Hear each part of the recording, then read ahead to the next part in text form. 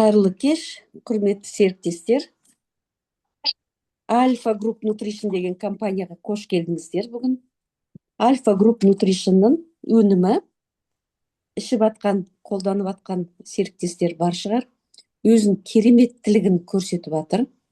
Таң қалдырып атыр бізді. Өзінің ішіндегі құрамы таң қалдырып атыр. Оның әсері таң қалдырып атыр. Ең бірінші біздің терімізге әсері қандай керемет болып атыр. Сол тері туралы бүгін бір ауыз сөз айтып кеткім кеп тұр. Тері, ол не? Ол сіздердің Алла тағаланың берген жабыны. Қарасаңыздар, өзін 0,5 миллиметр бізді қорғап тұрған дүние.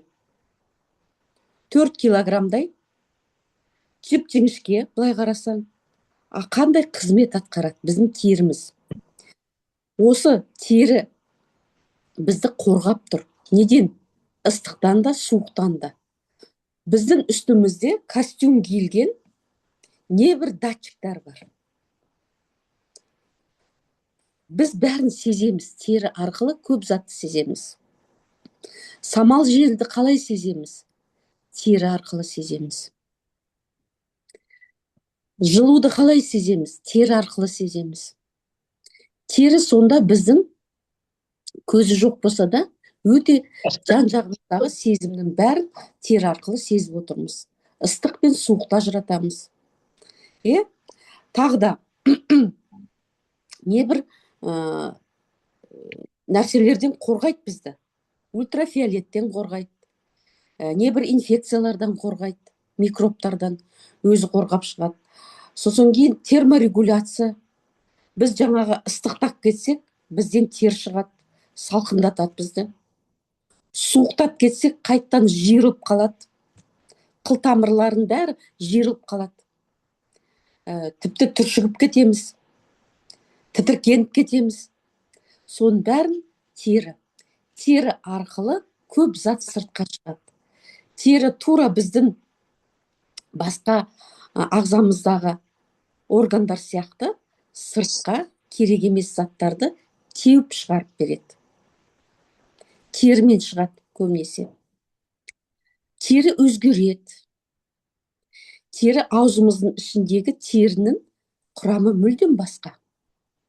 Қынаптың ішіндегі тері өзгеріп тұр, мүлдем басқа о жер. Бұлай ойласақ, өте керемет нәрселерді атқарып отыр. Бізге байқалмайды. Тері бүлінген кезде, сол кезде біз қиналамыз. Тағы да терінің астында өте иммунитетке керек пайдалы витамин D деген синтез жасайды. Біздің теріміз жасайды оны.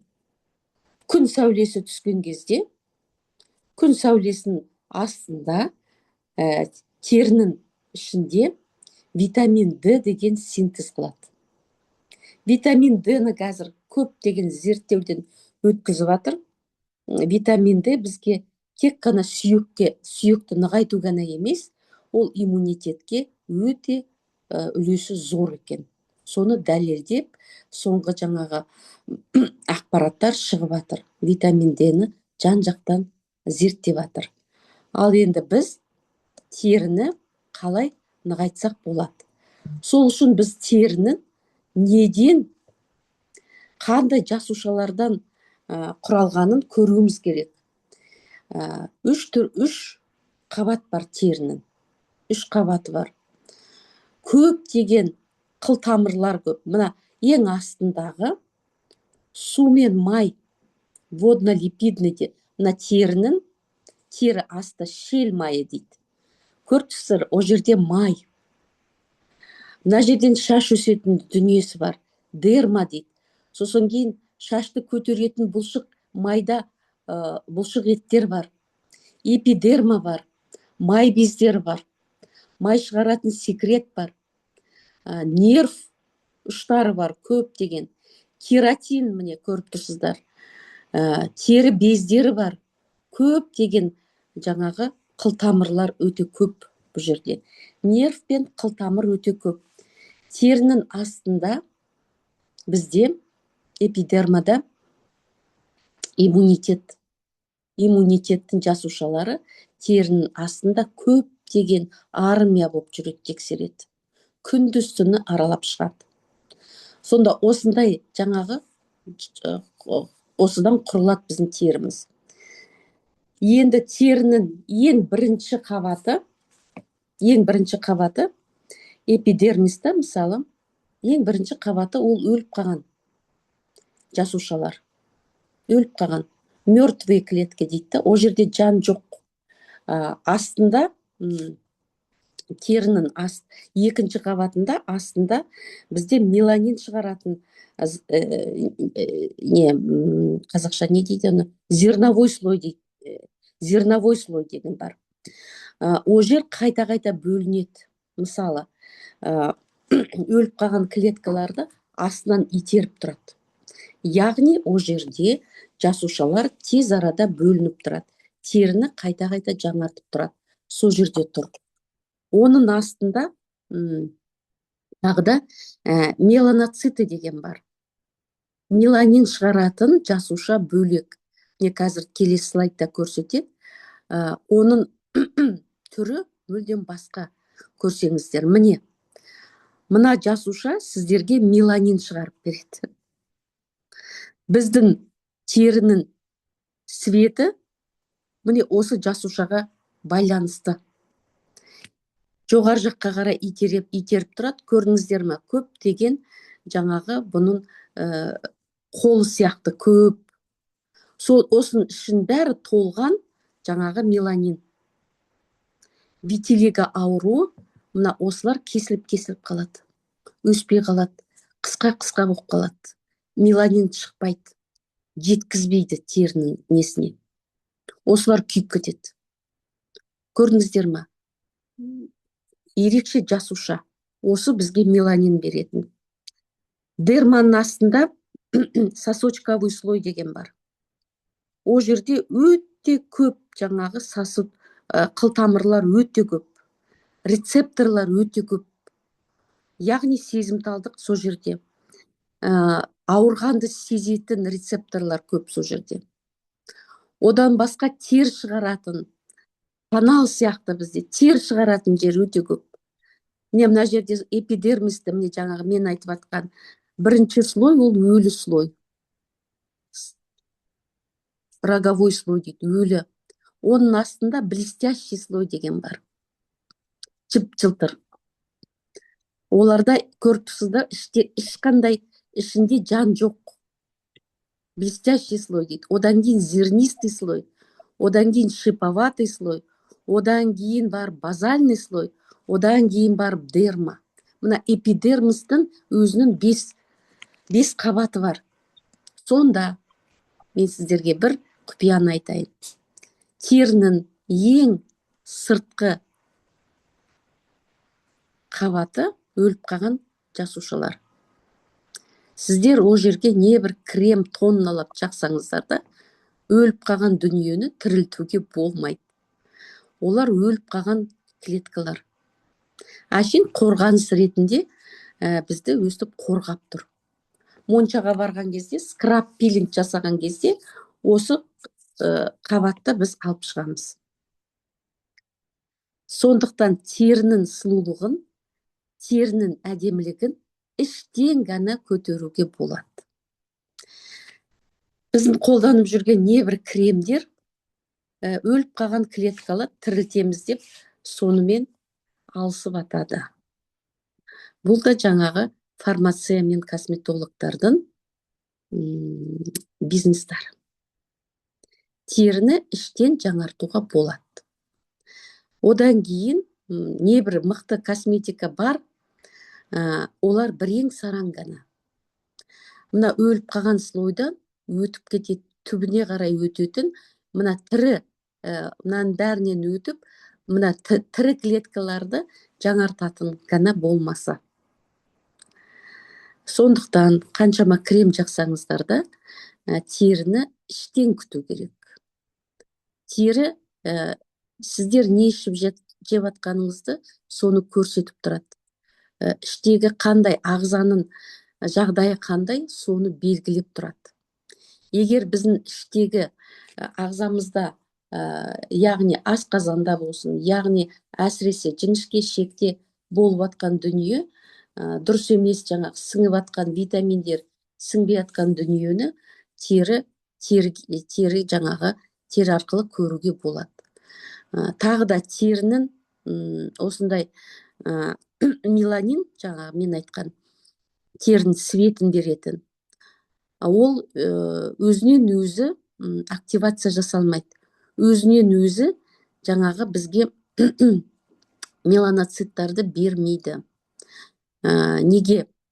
Оған бүйректің үстіндегі бездер соған байланысты болады, адреналинге, норадреналинге, содан кейін гипофиздан бөлінетін гормонға тәуелді. Со жақтан приказ келеді. Мимен тіке байланысты. Әрине бауырмен де байланысты болады.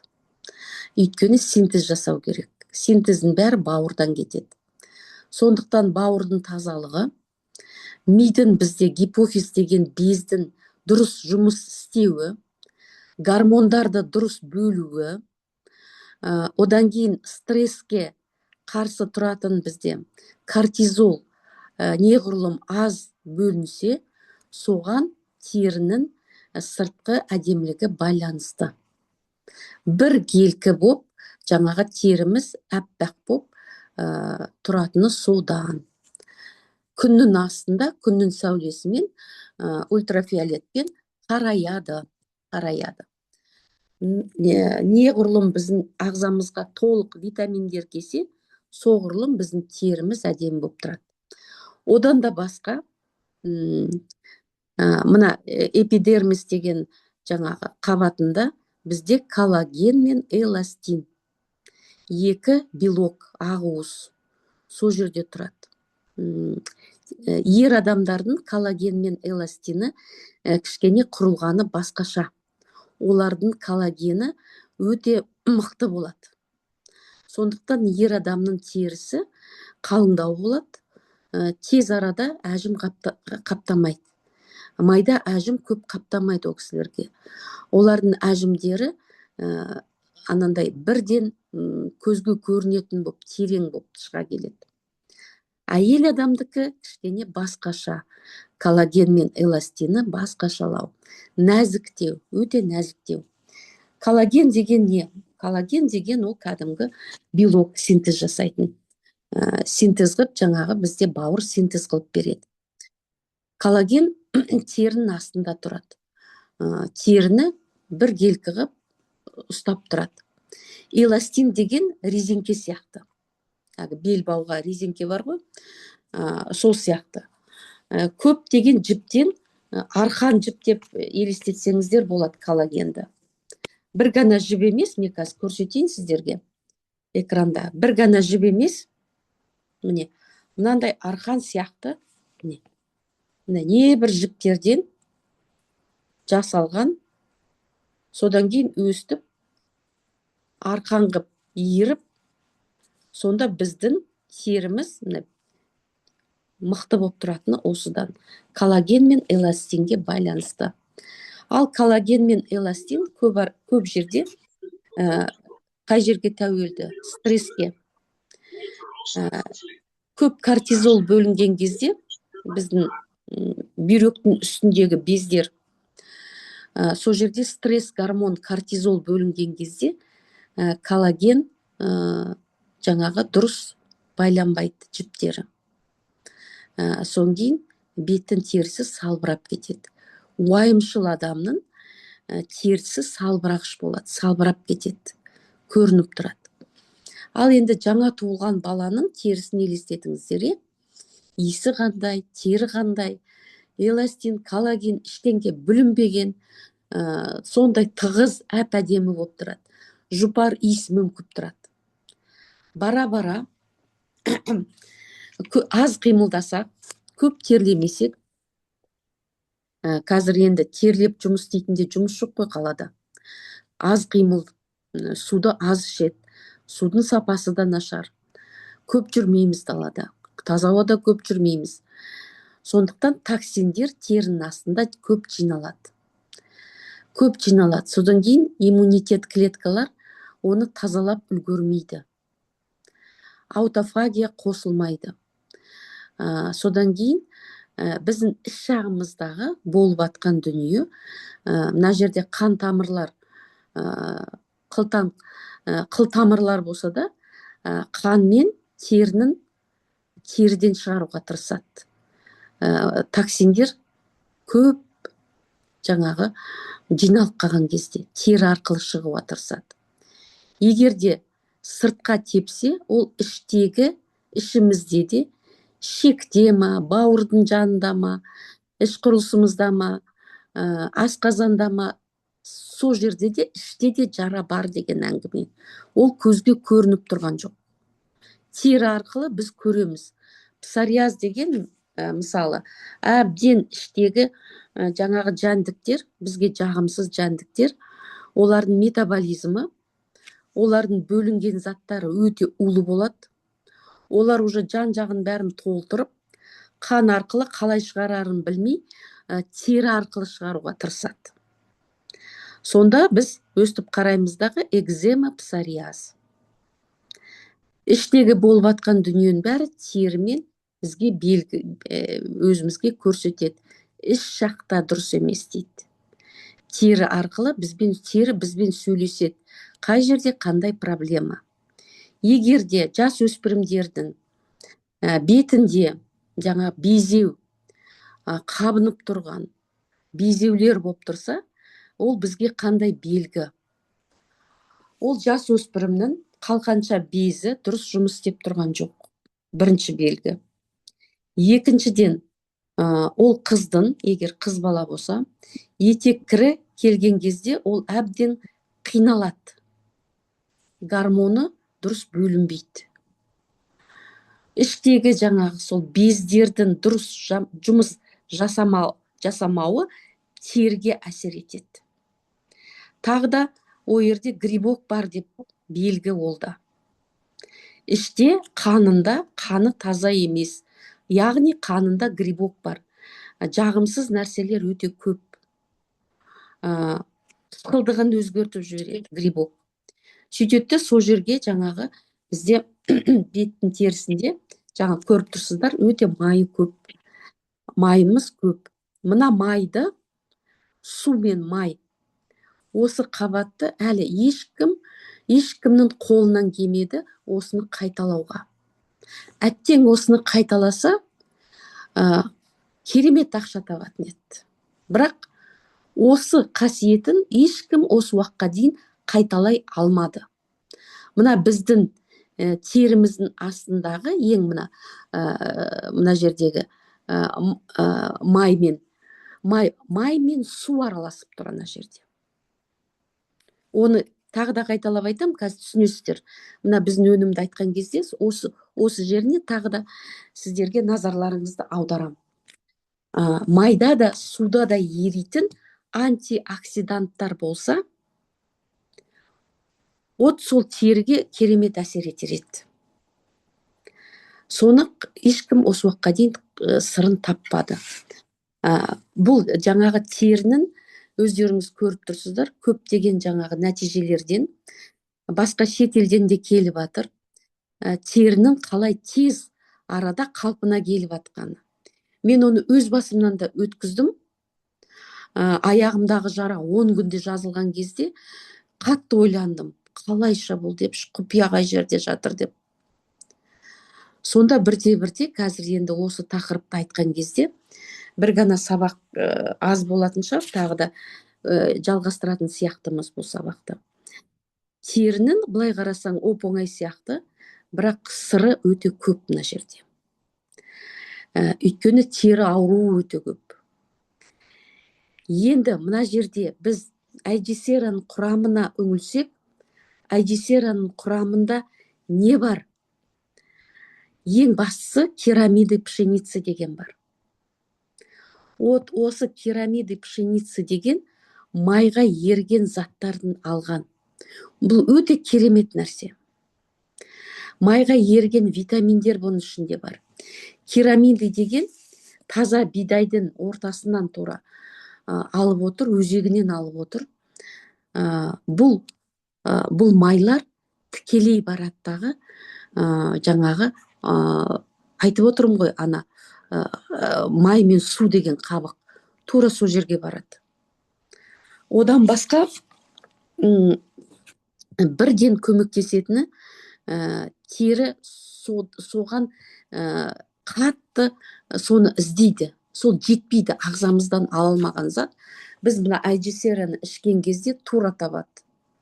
Терінің 3-ші қабатына бірден барады қан арқылы, қылтамыр арқылы. Терінің астында көптеген қылтамыр деген капилляр өте көп.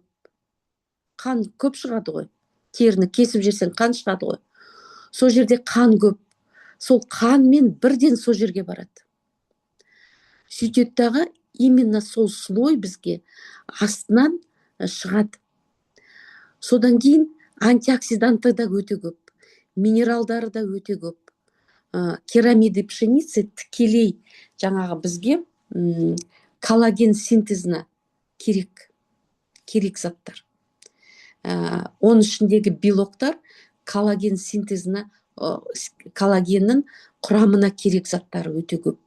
Сондықтан коллаген нығаяды. Коллагеннің арқан сияқты жіптері көбейеді, бір-бірімен дұрыс байланысады. Содан кейін мықты болады. Терінің жаңағы салбырап тұрған жерлерін бәрі тартыла бастайды. Көз алдымызда тартылып жатыр солар. Керамиды пшеницады алған, содан кейін гидрокситиразолды алған. Гидрокситиразолды ана хиталив зейтүн майынан алып отыр. Зейтүн майын жаңағы сыққан кезде әппақ көбік. Сол әппақ көбіктің ішінде тура біздің теріміз сияқты суға да, майға да суға еріген антиоксидант та бар. Майға еритін антиоксиданттар да бар. Тура біздің теріміз сияқты зат бар ананың ішінде. Сол барған кезде ағзамызға тері тез арада қайтадан жаңарып шыға береді. Астынан тері бұрқырап шығады, бізде жаңа тері шығады. Содан кейін иммунитеті жоғарылайды. Өйткені гидрокситиразол бактериямен де күреседі. Күші керемет оның. Суға еріген бактерияға, майдың ішіне тығылған бактериялар, солармен де күреседі. Грибоктарды да жаңағы жеңе бастайды. Қабынып тұрған жерлерінде оның үстіне мықты антиоксидант. Осы бүгінгі күнге гидрокситиразол ең мықты антиоксиданттың бірі бүкіл әлемде. Содан кейін мына сакура дейді, японский сакура. Бұның ішінде бізде тағы да коллагенге тікелей тез арада коллаген байланысуына тікелей үлесін қосады. Витамин С көп бұның ішінде. Японская сакура деген бетті ағартады.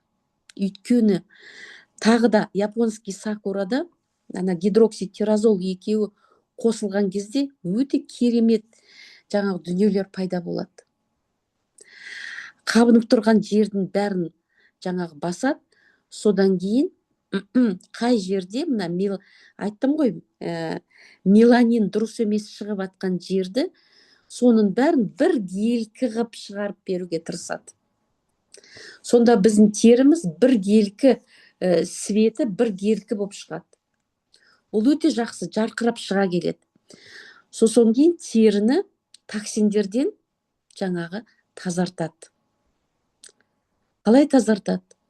Оның витамин С тікелей жаңағы иммундық клеткаларға, терінің астында миллиондаған иммунный клеткалар жүреді. Тері өте маңызды. Тері жаңағы теріге қатты қарайды біздің иммунитет. Күндіз түні аралайды терінің астында. Теріні тазалап отырады. Мына витамин С алдыңғы сабақта айтып кеткен, біздің иммунитет жасушаларға өте мықты, әсіресе Т клеткаларға өте мықты әсері бар. Аутоиммунканы жаңағы тоқтататын осы витамин С керек, ауадай қажет. Содан кейін бір-біріне көп жаңағы тәтті жеген адамның бір-біріне жабысып қалады клеткалары. Солардың жаңағы плюсын минусын реттеп отырады японский сакура. Биоактивный жаңағы нелері өте көп. Бұдан басқа да сакурадашы. Содан кейін біздің теріміз ылғалдығы дұрыс болады. Ылғалын да реттеп береді. Толық витаминін береді. Толық жаңағы коллаген синтезіне көмектеседі. Толығымен жаңағы бізге терінің ішіндегі эластинді да нығайтады. Эластин резинке сияқты. Коллаген мен эластин екеу кішкене екі түрлі. Эластин кішкене басқарақ. Коллаген тігінен тұрса, эластин көлденеңнен жатыр. Салбырамас үшін резинка сияқты эластин деген. Оның да синтезі күрделі. Сол синтезға тікелей жаңағы кіріседі осының заттардың бәрі. Одан басқа куркумин бар. Ал енді куркуминді айтсақ, куркуминнің қасиеті өте зор. Куркуминнің қасиеті жаңағы өзгеріп атқан клеткаларды қалпына келтіреді. Бауырды тазалап отырады. Иммундық клеткаға өте пайдасы зор куркуминнің. Иммундық клеткаларды дұрыс жолға салып береді деп айтса да болады. Иммунитетке өте мықты куркумин деген. Ракпен ауырмайды. Содан кейін тамырларды тазартып тұрады. Біздің қыл тамырға дейін бәрі таза болып тұрады. Тап-таза болып тұрады. Куркуминнің флавоноидтары өте керемет. Оның басы катехоламинда жатыр. Полифенолдары өте керемет. Формуласы керемет куркуминнің. Жалғыз куркуминнің өзі көптеген дүниемен күресе алады. Ең маңыздысы иммундық клеткаларға зор көмегі куркуминнің. Біздің азанға дейін айтуға болады, қандай қасиеті бар екенін. Тағы да куркумин бұл сонша маңызды керек дүние болғаннан кейін мидың қабатынан өтіп кетеді ол. Мида бізде, мидың ішінде қабатымыз бар. Онша-мұншаны жібермейді. Танымайтын молекулдарды ол жерде де қорғаныс иммундық клеткалар тұрар. Астроциты деген. Олар мидың ішіне жағымсыз формуласы бар заттарды жібермейді. Ал куркумин мидың қабатына кіріп кетеді, ішкі қабатына кіріп кетеді. Неге? Сол жерде нерв клеткаларды, жаңағы иммундық клеткаларға көмегі бар болғаннан кейін оны кіргізеді. Мидың қабатына кіргеннен кейін мидың ішіндегі жасушалардың орталарында тазалап береді. Сондықтан когнитивный функция деген ол мидың ішінде де жұмыс жасайды. Ал мидың ішінде, мен айттым сіздерге, гипофиз деген безіміз бар. Сол без бізге дұрыс гормондарды бөліп тұру керек. Мөлшері дұрыс болу керек, уақытысы дұрыс болу керек. Сол жерді реттейді куркумин. Өйткені гематоэнцефалический барьерден өтіп тұр. Сондықтан біздің тері мына витилиго өте күрделі ауру. Айттым ғой жаңағы меланинді ең бірінші мидың ішіндегі гипофиз деген безден жаңағы бір заттар бөліну керек. Мына синтез меланинаға қатысты біздің ми. Көрдіңіз ба? Осы жол күйіп кетпеу керек. Мидан келетін приказ теріге жаңағы күйіп кетпеу керек, жол дұрыс болу керек. Сол жаңағы көпір салатын куркумин. Ми мен терінің арасына көпір салып бергіш, ол куркумин. Енді гимнемна сильвестр деген ол қант. Қантпен алысады. Артық қант инсулин дұрыс жаңағы клеткалар қабылдай бастайды инсулинді. Инсулин резистентность деген клеткалар инсулинді ішіне кіргізбейді. Кіргізбей қояды. Инсулинді танымай қалады клеткалар. Сонда мына гимнемна сильвестр біздің ұйқы безімізден инсулинді шығарады, и инсулинді клеткалар танитындай қылып береді. Көрдіңіз бе? Инсулинді клетка таныса, клетканың ішіне жаңағы глюкоза да кіреді. Бір шошып қалса клетка, жаңа глюкоза шілей көп болса, ішке кіргізбей қояды. Сонысы жаман. Диабет екінші тип деген сол.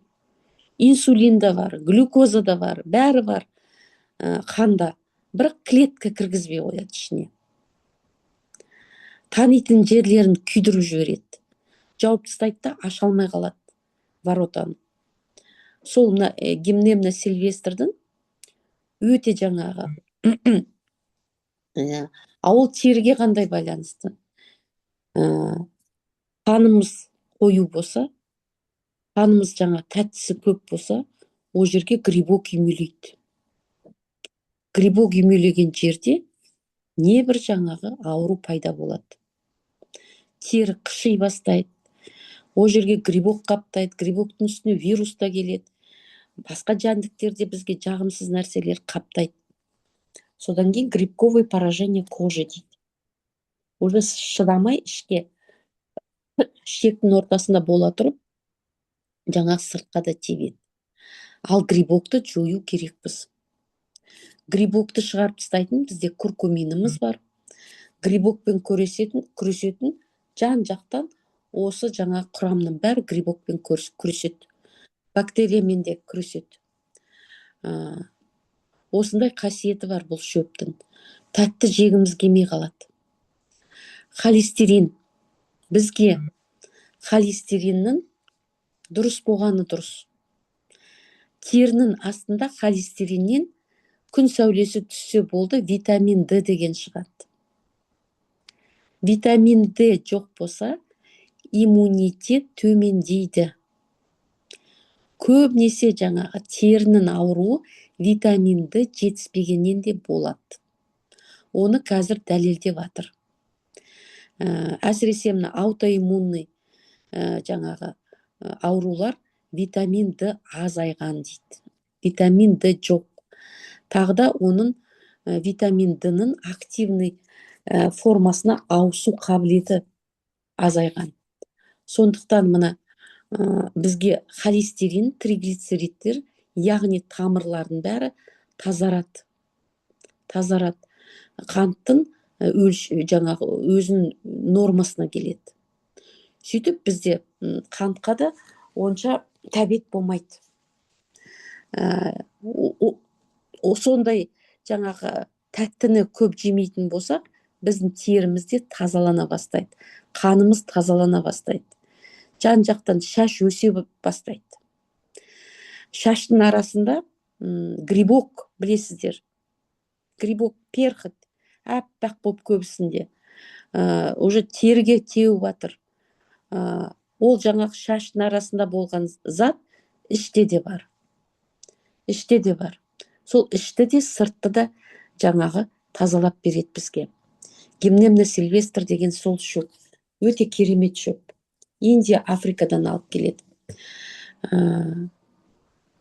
Уничтожитель сахара дейді. Енді гранат. Гранат деген өте мощный деп тұр ғой. Тура сондай. Пуниколлаген мен пунический қышқылы иммунитетке өте зор көмек. Кәдімгі иммунитет осы жаңағы қышқыл арқылы көз пайда бола бастайды десе де болады. Көре бастайды.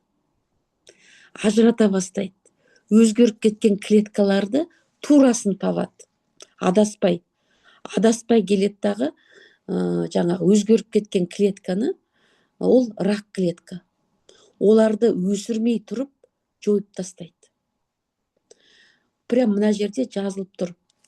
Осы пунический кислота, пуниколлагендар жаңағы рак простаты, рак омыраудың жаңағы кеудедегі әйелдердің рагы, рак толстой кишки, рак легких дейді. Кез келген ракпен мықты күреседі. Иммунитетке береді. Сосын кейін бұл пунический кислота, пуниколлагендер қыл тамырлардың ішіне таза қан жүргізеді. Қан керемет бұрқырап тұрып бара бастайды. Бұрын бармаған жердің бәріне қан бара бастайды. Таза қан барған жерде бұрқырап, о жерден жаңағы грибок болсын, бактерия болсын, неше түрлі стафилококктар, стрептококктар болсын, оларды жаңағы шығара бастайды. Лақтырады қан. Керек емес. Кәдімгідей бұрқырап барып тазалап тастайды напормен. Тұрып қалған жаңа қан айланымы жай болған жерлердің бәріне қан жүгіреді. Қан жүгірген жерде бактерия мен грибок отырмайды, инфекциялар. Жек көреді оны. Ал ер адамдарға эректильный дисфункция дейді. Қан жүгірген жер, сол жерде жаңағы бізде ер адамның әлсіздігінде өстіп емдейді гранат деген. Оны әбден жаңағы зерттеген. Тағы да бізге энергия береді. Одан басқа, осы гранаттан басқа, гранаттың жаңағы дәнінен алған май, омега-5 деген май. Омега-5 деген май жаңағы мен айтқан терінің эпидермисіне өте керек зат. Көптен күткен зат.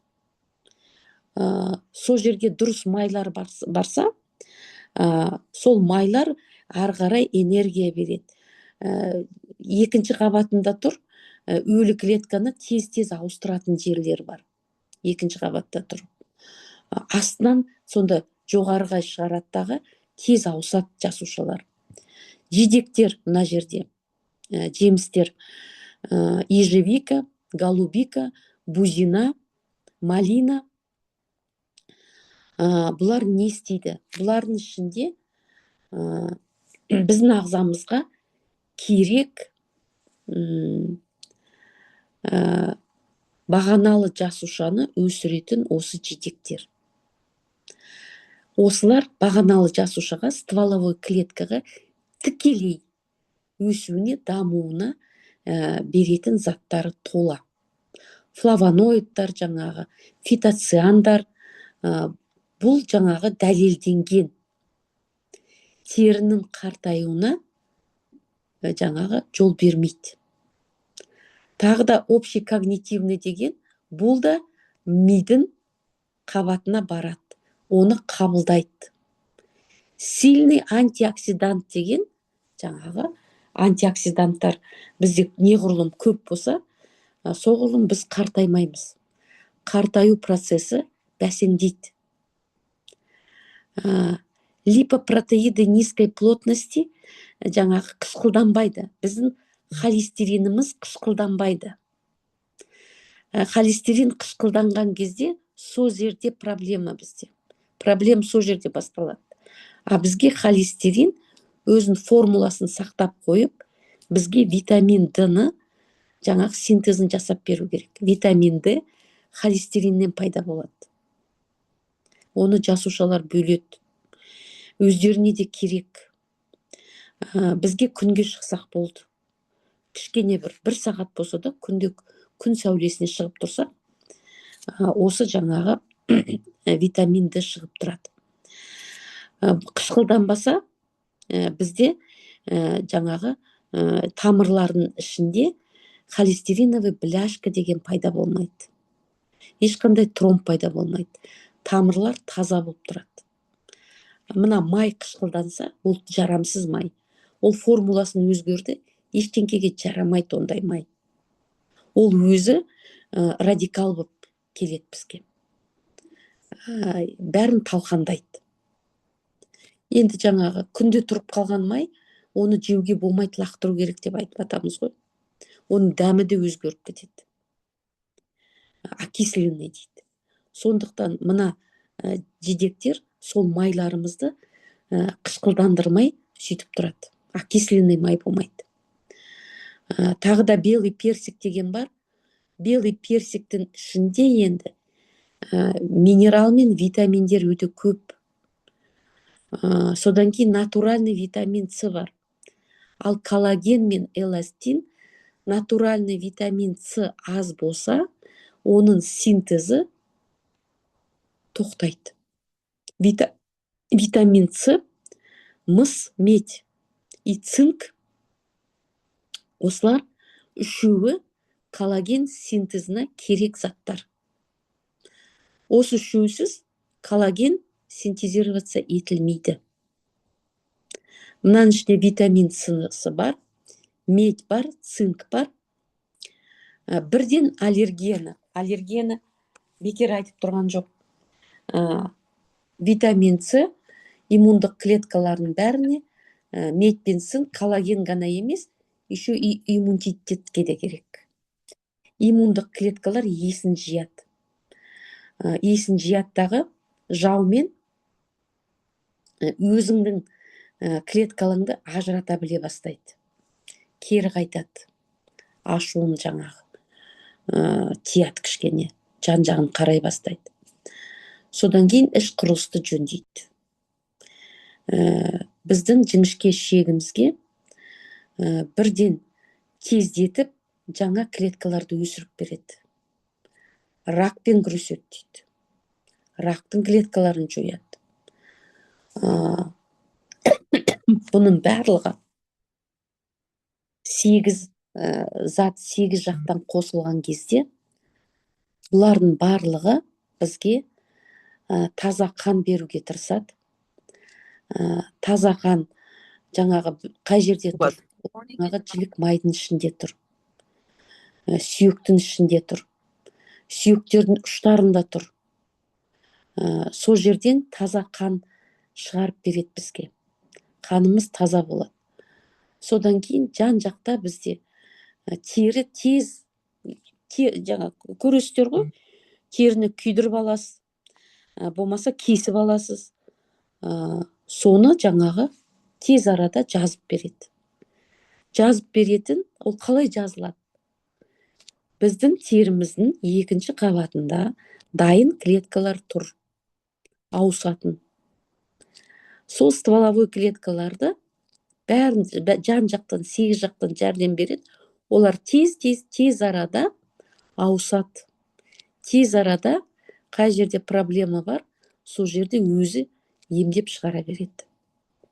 Сондықтан біздің Алла тағаланың берген жабынымыз тері деген идеальный костюм.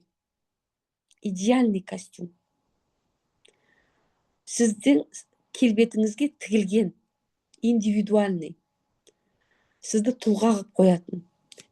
Тері арқылы суды да шығарады, жаңағы термен шығаратын жері бар. Ыстық суықты да ажыратамыз. Сезімталдығымыз да бар. Қорғап та тұр бізді. Ары қарай жібермейді. Барьерный функция бар. Базальный мембрана деген бар. Қаншама сен крем теріге жақ, гормональный болсын, басқа болсын, қанға жібермейтін базальный мембранасы бар. Біздің теріміздің өзін қорғайтын жері бар. Базальный мембранадан ішке қарай жібермейді көп заттарды. Сондықтан біз жаңағы көбінесе небір кремдерді жағады ғой. Баяғы заманда тіпті қатты японский гейшалар беттеріне свинцово-цинковый белила жаққан. Ол өте зиян, ракқа апарады. Сонда терінің қорғаныс слойы бар. Ішке қарай, қанға қарай жібермейтін қасиеті бар. Талай нәрседен бізді сырт жақтан қорғап тұрған 0,5 миллиметр теріміз. Ол бұзылса, біз деп қинала бастаймыз. Теріміз бұзылса, қыши бастаса, сол кезде мән береміз. Негізі күнделікті сіздер ұйқылы ояу жүресіздер ме, күндіз 24 сағат 1 секундқа дем алмай, терінің астында иммундық клеткалар қорғап жүреді бізді.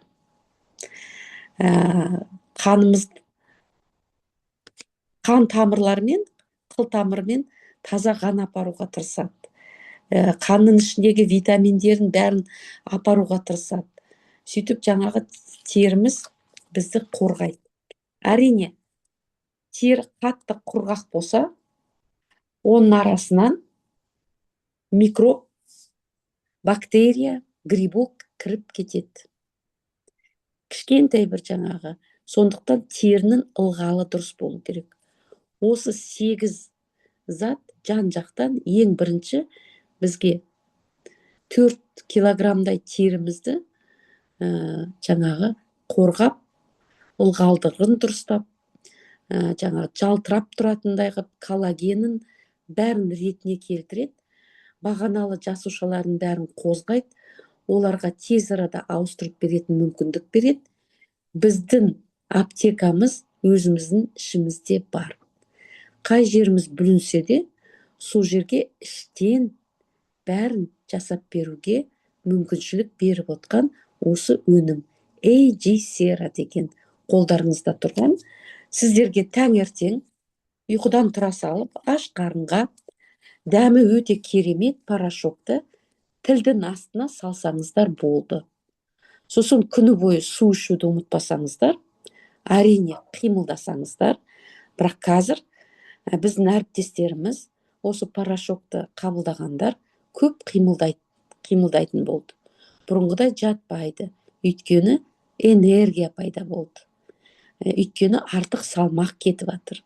Өйткені беттің терісі таңертең айнаға қараған кезде өзіңе ұнай бастады. Жылтырап тұр. Шашымыз өсіп жатыр, тырнақ өсіп жатыр. Бәрі жылтырап әдемі болып тұр. Бет келбетіміз, ажарымыз кәдімгідей өзімізге ұнап жатыр. Сондықтан AG-Sera ең бірінші адам баласына терінің нығаюына, салбырамауына осындай әсерін беріп жатыр. Тағы да тері ауруларын емдеп жатыр жол-жөнекей. Аллергия болсын, псориаз болсын, экзема болсын, дерматиттер болсын, қышыма ауруы болсын, жаңағы неше түрлі жаңағы сибарейный дерматиттер болсын, жаңа перхоть болсын бастағы, небір жаралар болсын, небір жаңағы безеулер болсын, соның бәрін емдеп беріп жатыр. Тез арада, тағы да тез арада, 1 айға жетпей емдеп беріп жатыр. Осындай өнімді қайтып жақсы көрмейсің. Осындай өніммен қайтып ақша таппайсың, елге айта жүріп, елге жаңағы көмектесе жүріп. Сондықтан құрметті бүгін чатқа келген қонақтарымыз осындай өніммен танысып отырсыздар. Рахмет, Жанар Төлеуовна, керемет болды. Мен қазір записьті тоқтатайын. Рахмет, Алла разы болсын.